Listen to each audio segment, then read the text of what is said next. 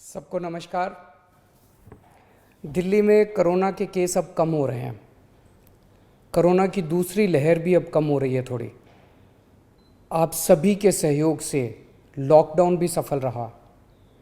हमने पिछले कुछ दिनों में ऑक्सीजन के बेड भी खूब बढ़ाए हैं। कल ही जीटीबी हॉस्पिटल के सामने 500 नए आईसीयू के बेड चालू किए हैं।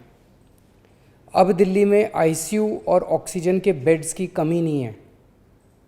दिल्ली में वैक्सीनेशन पूरे ज़ोर शोर से चालू हो गया है। लोगों में खूब उत्साह है। मैंने खुद देखा है दिल्ली सरकार के स्कूलों में जहां वैक्सीनेशन हो रहा है। मैं कई स्कूलों में गया, लोगों से बात की। लोग बहुत खुश हैं और अच्छे से अपना वैक्सीनेशन करवा रहे हैं। मैं अपने स्कूल स्टाफ और फ्रंटलाइन वर्कर्स का धन्यवाद करना चाहता हूं जो वैक्सीनेशन में लगे हुए हैं। अभी हम 1.25 लाख डोज रोज वैक्सीनेशन कर रहे हैं।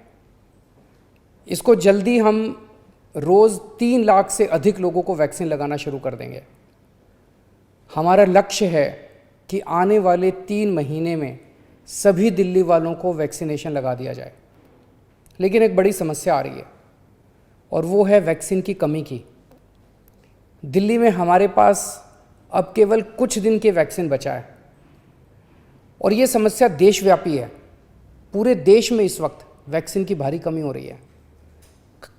कुछ राज्य तो ऐसे हैं जहां वैक्सीन न होने के कारण अभी तक वैक्सीनेशन शायद शुरू भी नहीं हो पाया।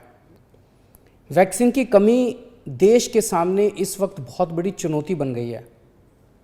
आज केवल 2 कंपनियां वैक्सीन बना रही हैं। ये दोनों मिलके महीने में केवल 6-7 करोड़ वैक्सीन बनाती हैं। तो इस तरह तो हम देश के हर व्यक्ति को वैक्सीन लगाने में हमें 2 साल से ज़्यादा टाइम लग जाएगा। तब तक तो कोविड की पता नहीं कितनी लहरें आ जाएंगी, कितनी बर्बादी हो जाएगी। इसलिए ज़रूरी है कि हम भारत में वैक्सीन का उत्पादन युद्ध स्तर पे बढ़ाएं और देश के हर नागरिक को अगले कुछ महीने में वैक्सीन लगाने की राष्ट्रीय योजना बनाएं। जब तक हर भारतीय को वैक्सीन नहीं लगती तब तक ये जंग जीती नहीं जा सकती। मैं आज एक सुझाव देना चाहता हूँ।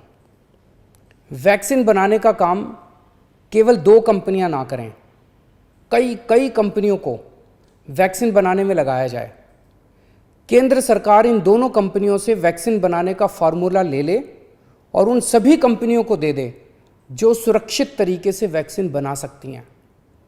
ऐसे कठिन समय में केंद्र सरकार के पास पावर है कि वो ये कर सकती है। वैक्सीन बनाने का फार्मूला सार्वजनिक करके उन कंपनियों को दे सकती है जो वैक्सीन बनाना चाहती हैं और ये सुनिश्चित किया जाए कि भारत में जो भी प्लांट वैक्सीन बनाने में सक्षम है उन सब में वैक्सीन का उत्पादन होना चाहिए और हर भारतवासी को वैक्सीन लगनी चाहिए। यही एक तरीका है जिसके द्वारा हम जल्दी से जल्दी सभी भारतीयों को वैक्सीन लगा पाएंगे। आपको याद हो जब पहली लहर आई थी हमारे देश में पीपी किट की कितनी किल्लत थी, कितना संघर्ष करना पड़ता था पीपी किट लेने के लिए। सोचो अगर उस टाइम केवल 2 कंपनियों को पीपी किट बनाने का अधिकार होता तो क्या आज देश में पीपी किट मिलते? लेकिन ऐसा नहीं हुआ। आज कई भारतीय कंपनियां पीपी किट बना रही हैं। इसलिए हम किसी और पे पीपी किट के लिए निर्भर नहीं हैं। भारत में बेहतरीन इंडस्ट्रियलिस्ट हैं। हमारे पास दुनिया की सबसे बड़ी फार्मा कंपनियां हैं। हमारे पास विश्व के सर्वश्रेष्ठ वैज्ञानिक हैं।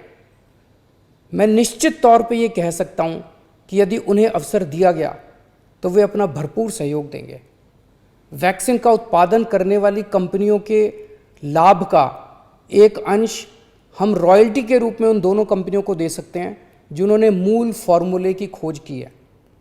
मुझे पूरा विश्वास है कि इस तरह हम अगली कोरोना की लहर के पहले भारत के हर नागरिक को सुरक्षा कवच प्रदान कर पाएंगे।